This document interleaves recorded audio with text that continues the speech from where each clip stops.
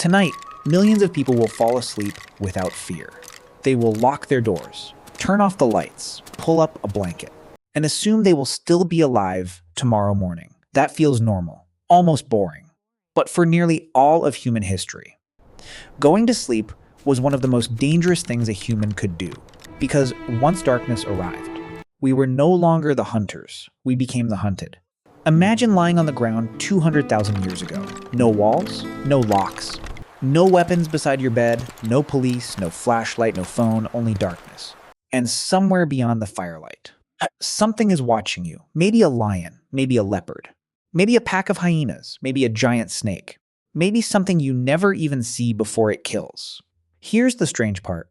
Human beings are not particularly fast. We're not particularly strong. We don't have claws. We don't have fangs. We don't have armor. Compared to most predators, we look less like survivors and more like lunch. So why aren't we extinct? Why didn't lions eat all of us? Why didn't giant cats erase our species before civilization ever existed? Why are humans the ones telling the story? Instead of becoming part of somebody else's dinner, the answer is far stranger than most people realize. Because ancient humans did not survive by becoming stronger than predators. They survived by becoming something predators had never seen before. And once that happened, the entire planet changed. Part 1. The most dangerous creature in ancient Africa wasn't human.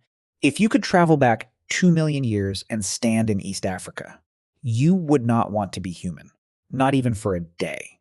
Modern people often imagine prehistoric humans as fearless warriors, muscular hunters carrying spears, masters of the wilderness. But archaeological evidence paints a very different picture. For a long time, humans were terrifyingly vulnerable. Think about the African savanna, endless grasslands, scattered trees, open visibility, beautiful. Until you realize everything wants to eat something. Lions hunted, leopards hunted, hyenas hunted, wild dogs hunted, crocodiles hunted, even giant birds hunted. It was a world built on teeth. And humans sat near the bottom of that food chain. One leading theory comes from research conducted by paleoanthropologists studying fossil remains across Africa. Many ancient human bones show evidence of predator attacks. Not hunting injuries, not accidents. Predator attacks. Some skulls carry puncture marks matching large cats. Other bones show tooth damage from hyenas. Several discoveries suggest early humans were sometimes prey.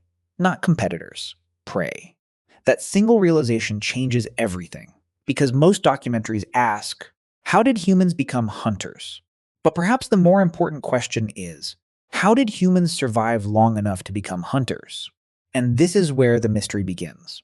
Because predators should have had every advantage. A lion can sprint at nearly 50 miles per hour. A leopard can drag prey heavier than itself into a tree. A hyena can crush bone like a human crushes a potato chip. Meanwhile, an unarmed human runs across the grass carrying anxiety and bad decisions. Not exactly impressive. Yet something unusual happened. Despite all the odds, human populations survived slowly, fragilely, but they survived. Why? Part of the answer may lie in something surprisingly simple. Fear. Not courage, fear. Modern culture often celebrates bravery. Ancient evolution often rewarded paranoia. The human brain became obsessed with detecting danger, a rustling bush, a strange shadow, a distant sound, a movement at the edge of vision. Many psychologists believe our brains evolved powerful threat detection systems because missing one predator could be fatal. Seeing danger that wasn't there? Embarrassing. Failing to see danger that was there. Evolutionary game over. This may explain something strange about modern life. Why do humans jump at sudden noises? Why do horror movies work? Why does an empty house at night sometimes feel unsettling? Why do children fear monsters under the bed? The predators are gone, but the brain remains. Part of your mind still lives in ancient Africa, still listening, still watching, still preparing for something with teeth. And here's where things become even stranger. Evidence suggests early humans may have learned to read predator behavior almost like a second language, not through words. Through observation. For thousands of generations, humans watched animals, constantly. A flock of birds suddenly taking off. Something is coming. Monkeys screaming from the trees. Something is coming. Antelope running in one direction. Something is coming. The wilderness became a giant information network. Every animal was broadcasting clues. The humans who understood those clues survived. The humans who ignored them often didn't. Imagine sitting beside a small fire. The sun has disappeared. The air grows cold. Then somewhere in the darkness, a troop of baboons begins screaming. Immediately, every human becomes alert. Because everyone knows what that sound means. A predator is moving. Right now, somewhere nearby. And suddenly, survival becomes a game of information. Not strength, not speed. Information. That shift may have been one of humanity's first superpowers. But it still wasn't enough. Because predators kept getting smarter too. And one predator in particular may have terrified ancient humans more than any other. Not lions, not hyenas, not crocodiles, leopards. Silent, patient, invisible, the perfect ambush hunter. A creature capable of turning a peaceful evening into a nightmare within seconds. Some researchers even suspect leopards influenced where ancient humans slept. How they moved, how they organized groups, perhaps even how they evolved socially. Imagine that. One cat, quietly shaping the future of humanity, and yet even leopards would eventually encounter something they had never faced before. Something that would slowly transform humans from prey into the most dangerous species Earth has ever produced. Not bigger muscles, not sharper teeth, something much stranger. A weapon so powerful that it still controls your life today. And the story begins with a flicker of light in the darkness. Part 2. The night humans stole fire. The leopard was stronger. The lion was faster. The hyena had jaws powerful enough to crush bone. And for hundreds of thousands of years, that was enough. Then something happened. Something so important that many anthropologists believe it changed the entire direction of human history. Humans learned how to control fire. Not create it at first. Control it. That distinction matters. Because the earliest humans probably didn't invent fire. They stole it. Imagine a lightning storm sweeping across the African plains. A tree explodes into flames. Animals flee. Smoke rises into the sky. Most creatures stay away. Humans move closer, carefully, terrified, curious. And perhaps for the first time in history, a group of frightened primates sees a weapon no predator can touch. A living thing made of light. A living thing made of heat. A living thing that eats wood and never sleeps. Fire. The strange part is that almost every animal fears it instinctively. A lion can kill a buffalo. A crocodile can drag a zebra underwater. But place a wall of fire between them, and suddenly they hesitate. The king of beasts becomes cautious. The apex predator becomes uncertain. For the first time, humans had something predators didn't understand, and uncertainty is powerful, especially in the wild, because predators survive by calculating risk. A lion doesn't attack everything it sees. An injured lion can starve. A broken leg can mean death. Predators are brave. But they are not stupid, and fire looked dangerous, very dangerous. Some archaeological evidence suggests controlled fire may have existed hundreds of thousands of years ago. Sites such as Wonderwork Cave have provided evidence that ancient humans may have been using fire far earlier than once believed. The dates are debated, the details are debated, but one thing is not at some point. The darkness stopped belonging entirely to predators and started belonging to humans too. That sounds simple. It wasn't. It was revolutionary. Think about what darkness meant before fire. Night ended productivity. Night ended movement. Night ended safety. Night belonged to whatever had the sharpest teeth. Then suddenly, a small circle of light appeared. Not a huge circle, just enough. Enough to see faces. Enough to see approaching eyes. Enough to stay alive. And that little circle changed everything. Because survival isn't always about defeating danger. Sometimes it's about seeing danger first. But here's where the story becomes even stranger. Fire did far more than scare predators. It transformed humans themselves. Imagine a group sitting around a fire 300,000 years ago. The hunt is over. The children are safe. Predators remain beyond the darkness. But inside the circle of light, something new is happening. Nobody is sleeping yet. Nobody is running. Nobody is fighting. They are simply sitting together, watching flames dance, listening, waiting, thinking. And perhaps for the first time, talking, not warning calls, not alarm cries, long conversations, stories, memories, plans, ideas. Some researchers propose that fire extended the social day. Before fire, darkness imposed limits. After fire, people could remain active long after sunset, a few extra hours, night after night, year after year. Generation after generation, those hours accumulated. And those hours may have helped shape language itself. Imagine the irony. The thing that protected humans from predators may also have helped create the conversations that eventually built civilization. A campfire is beginning to sound less like a tool and more like a superpower. But that's still not the most surprising part, because fire also changed food, and food changed brains. For millions of years, eating was hard work, raw meat, tough roots, fibrous plants, constant chewing, constant digestion. Then humans discovered cooking. Suddenly, food became softer. Calories became easier to absorb, digestion became more efficient.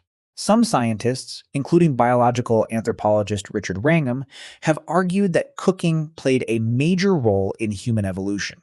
The theory remains debated, but the implications are enormous. Because if cooking provided more usable energy, it may have helped support larger brains. And larger brains changed everything. Think about that for a moment. The same fire keeping predators away may also have helped create the minds that eventually conquered the planet. That's not adaptation, that's transformation. But evolution rarely moves in a straight line, because as humans became more capable, their enemies adapted too. Predators learned, hyenas watched, lions observed, leopards adjusted. Fire created safety, but not complete safety. Many ancient humans still died. Many children never reached adulthood. Many camps were attacked. The wilderness remained unforgiving. And one particular predator continued to haunt humanity's nightmares. Not because it was the strongest. Not because it was the fastest. Because it was patient. It waited. It watched. It struck when humans made mistakes. Even today, its descendants still trigger something ancient inside us. A feeling older than civilization, older than language, older than memory. A fear hidden deep within the human brain. And some scientists believe that fear may have left fingerprints on our evolution itself. Because the next battle wasn't fought with fire. It was fought with something even more powerful. Something that transformed scattered groups of vulnerable humans into a force no predator could challenge alone. Not weapons. Not intelligence. Not yet. Something far more unexpected. Friendship. And what happened when humans learned to survive together may be the greatest survival strategy ever discovered. Part 3. The superpower no predator ever evolved. Imagine a hungry lion. Now imagine 10 hungry lions. That's terrifying. But now imagine 10 humans. At first glance, the lions still seem more dangerous. They have claws. They have teeth. They have muscle. Humans have arguments. And yet, one of those groups would eventually dominate the entire planet. And it wasn't the lions. The real turning point in human history wasn't fire. It wasn't tools. It wasn't intelligence alone. It was cooperation. The ability to work together at a scale no other predator could match. And once that ability emerged, the rules of survival changed forever. For millions of years, predators relied on physical power. A leopard hunted alone. A tiger hunted alone. Even lions, despite living in prides, rarely coordinated with the complexity humans would eventually achieve. Humans were different, very different, because somewhere along the way, our ancestors discovered a strange evolutionary trick. 1 human is weak, 10 humans are dangerous, 100 humans are unstoppable. The math doesn't seem impressive until you realize it changed the fate of Earth. Imagine standing on an African plain 100,000 years ago. A leopard spots a lone human. Easy target, the leopard attacks, the human dies. Simple. Now imagine the same leopard encountering 20 humans. Some carry burning branches, some throw rocks, some scream warnings. Others protect the children. Nobody fights alone. Suddenly the leopard faces something unfamiliar. Not one animal, a system. And predators struggle against systems. Because predators evolved to attack individuals. Humans evolved to become groups. That difference was enormous. But here's where things become even stranger. Human cooperation isn't based primarily on strength, it's based on imagination. That sounds ridiculous. Until you think about it. A wolf pack works together because the wolves can see each other. A chimpanzee troop works together because members physically know one another. Humans can cooperate with complete strangers, thousands of them, millions of them, even billions, because humans can believe in shared ideas, shared goals, shared stories. And that ability may have begun much earlier than most people realize. Anthropologists often point to a fascinating question. How did humans organize large hunting groups? How did they coordinate defense? How did they pass survival knowledge across generations? Language is part of the answer. But language alone isn't enough, because information dies when the speaker dies. Stories survive. Imagine an elder sitting beside a fire. Children gather around. The elder points toward the darkness, then tells a story. Not just entertainment. A survival manual disguised as a story. A tale about the river where crocodiles wait. A tale about the valley where lions hunt. A tale about a careless hunter who ignored warnings. The children listen. The children remember. Years later, the elder is gone. The story remains. And so does the knowledge. In a strange way, humanity may have survived predators by turning information into culture. The leopard had instincts. Humans had memory, and collective memory scales, generation after generation, century after century, millennium after millennium. Knowledge accumulated, mistakes became lessons, lessons became traditions, traditions became survival. But that's not the strangest part, because eventually humans stopped merely avoiding predators. They started hunting them. Think about how absurd that sounds. A species without claws, without fangs, without armor, without great speed, begins challenging apex predators and winning. Not because humans became stronger, because they became coordinated. Archaeological evidence from sites across Africa and Eurasia suggests increasingly sophisticated hunting behavior over time. Humans began using planned ambushes, cooperative tracking, complex tools, long-distance communication. Suddenly, predators faced something evolution had never prepared them for. An enemy that learned collectively. Imagine being a lion. For thousands of generations, humans have been prey. Then one day they aren't. Then they arrive carrying spears. Then they arrive carrying fire. Then they arrive in groups. Then they return with even better weapons, generation after generation. The lions remain largely the same. The humans keep improving. That's a terrifying opponent. Not because of what they are today, because of what they'll become tomorrow. And this reveals perhaps the most important survival strategy humans ever developed: adaptability. A leopard born today hunts much like its ancestors hunted thousands of years ago. Humans are different. Every generation inherits solutions from the previous one, then adds new solutions, then passes them forward. Human evolution began moving at two speeds: biological evolution and cultural evolution. Cultural evolution is astonishingly fast. A good idea can spread through an entire population within years. A useful hunting strategy, a better spear design, a safer campsite, a smarter warning system.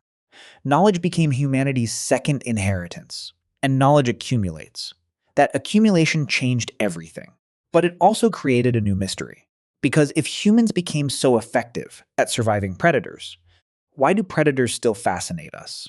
Why do children love stories about lions? Why do people visit zoos? Why do movies fill audiences with fear when something lurks in the darkness? Why does a pair of glowing eyes at night still make our hearts beat faster? The predators lost, long ago. So why are they still living inside our minds? The answer lies deep within the human brain. Because evolution never completely deletes old software. It layers new software on top. The ancient survival systems remain active, quiet, invisible, waiting. And those ancient instincts would eventually help humans face a threat far deadlier than any lion. A threat with no claws, no teeth, no roar. A predator humans couldn't see at all, and unlike every animal before it. This new enemy was hunting from within. Part 4. The predator humans could never see. For hundreds of thousands of years, humans feared eyes glowing in the darkness.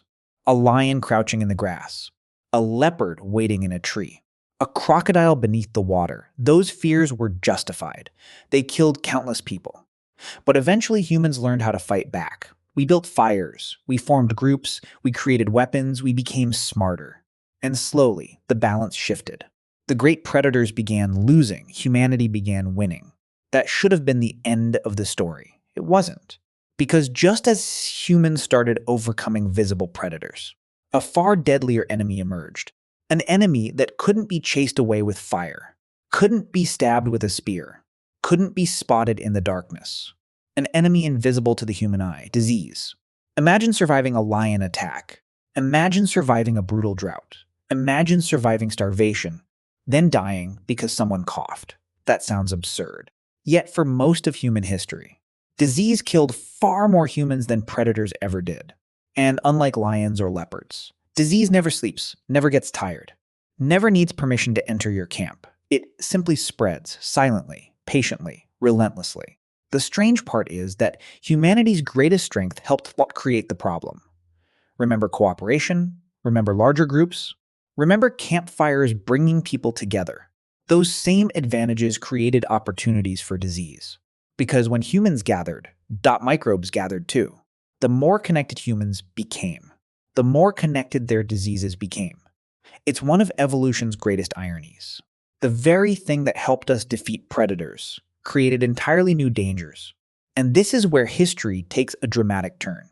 Because ancient humans faced three invisible predators simultaneously: disease, starvation, and nature itself. Let's start with starvation. Today, hunger is often thought of as a social or economic issue. For ancient humans, it was a constant companion. Imagine waking up every morning not knowing whether food would exist tomorrow. Not what kind of food. Whether any food existed at all. One failed hunt, then another, then another. Children become weaker. Adults become desperate. Decisions become dangerous. Suddenly, people begin taking risks they would normally avoid. Crossing predator territory. Entering unfamiliar landscapes. Following uncertain opportunities. Many ancient deaths probably occurred long before a predator ever arrived, because hunger weakens judgment, hunger weakens strength, hunger weakens everything. And unlike a lion attack, starvation stretches fear over days, weeks, sometimes months. The predator follows you everywhere, inside your own body. But even starvation wasn't always the worst threat. Nature itself could become terrifying. A drought lasting years, a flood sweeping away resources, a volcanic eruption changing ecosystems, a sudden climate shift transforming entire regions. Ancient humans had no weather forecasts, no satellites, no emergency alerts, no government sending aid, only uncertainty. Anthropologists studying prehistoric migrations often point to environmental changes as major drivers of human movement. Groups didn't always leave because they wanted to. Sometimes they left because staying meant death. Imagine an entire landscape slowly becoming unrecognizable. The rivers shrink, the animals disappear, plants fail, the familiar world vanishes. What do? You move. And that's exactly what humans did, again and again and again. One of humanity's greatest survival skills wasn't fighting. It was adapting, leave, adjust, learn, repeat. The species that refused to adapt disappeared. The species willing to change survived. That lesson echoes through the entire human story. But here's where things become deeply fascinating. Because while invisible threats killed millions, they also shaped the human mind. Think about anxiety. Most people view anxiety as a flaw, an inconvenience, something modern life created. Yet some researchers argue anxiety may have been one of humanity's most valuable survival tools. The person who worried about food stored extra food. The person who worried about storms prepared earlier. The person who worried about strange symptoms avoided danger. The person who worried too much survived. The person who worried too little sometimes didn't. That's uncomfortable. But evolution isn't interested in comfort. Evolution is interested in survival. And survival often rewards caution, even today. Your brain occasionally prepares for dangers that no longer exist. A strange noise downstairs, a sudden shadow, an unfamiliar face, a bad feeling you can't explain. Those reactions aren't random, they are echoes. Ancient software running on modern hardware. And perhaps that's the greatest twist of all, because when we ask, how did ancient humans survive the world's deadliest predators? We usually imagine a battle, humans versus lions, humans versus leopards, humans versus giant beasts, but the real story is much bigger. Humans survived predators, humans survived disease, humans survived starvation, humans survived climate change, humans survived uncertainty, humans survived themselves. And they did it using a combination no other species ever mastered: cooperation, adaptability, memory, storytelling, curiosity, every campfire conversation, every warning passed from parent to child, every lesson learned from failure, every mistake remembered, every story repeated, all of it accumulated, generation after generation, until one remarkable outcome emerged: a species that could learn faster than the world could destroy it. And that may be humanity's true superpower. Not strength, not speed, not intelligence alone. The ability to share knowledge across time. Because a lion must learn survival during its own lifetime. Humans inherit thousands of lifetimes of experience. And that changes everything. Yet there is one final question. A question that brings us back to the beginning. If humans became so successful, why do we still feel fear? Why does darkness still make some people uneasy? Why do children imagine monsters under the bed?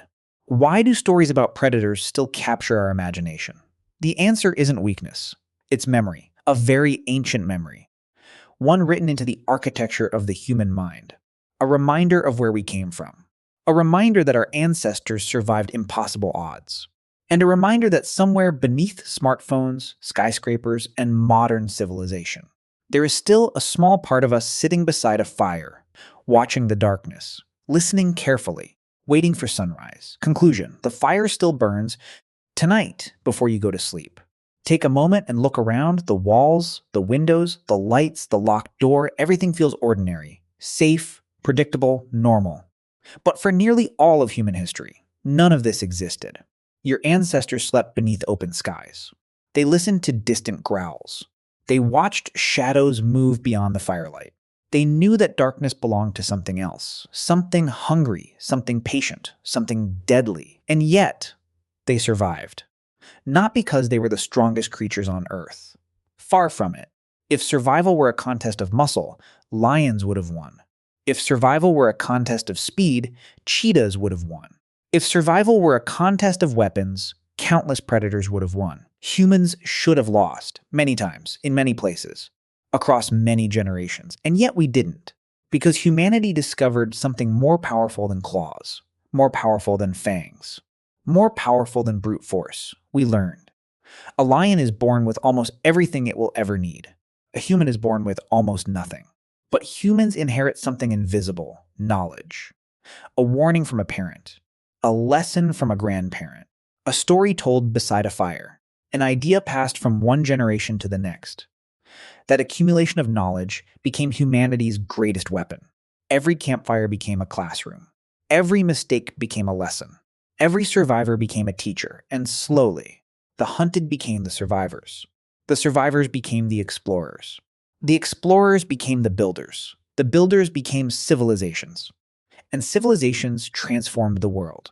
But perhaps the most fascinating part of this story is that the ancient world never truly disappeared. It still exists. Not around us, inside us. When a sudden noise makes you turn your head, ancient instincts are working. When your heart races in the dark, ancient instincts are working. When you feel comfort sitting around a fire, watching flames dance, ancient instincts are working. When a story captures your attention and refuses to let go, ancient instincts are working. Because stories were once survival tools, long before books, long before movies, long before the internet. Stories carried information through time. Stories taught caution. Stories taught wisdom. Stories kept people alive. In a strange way, the reason you're listening to this story right now is connected to the same forces that helped ancient humans survive predators thousands of generations ago.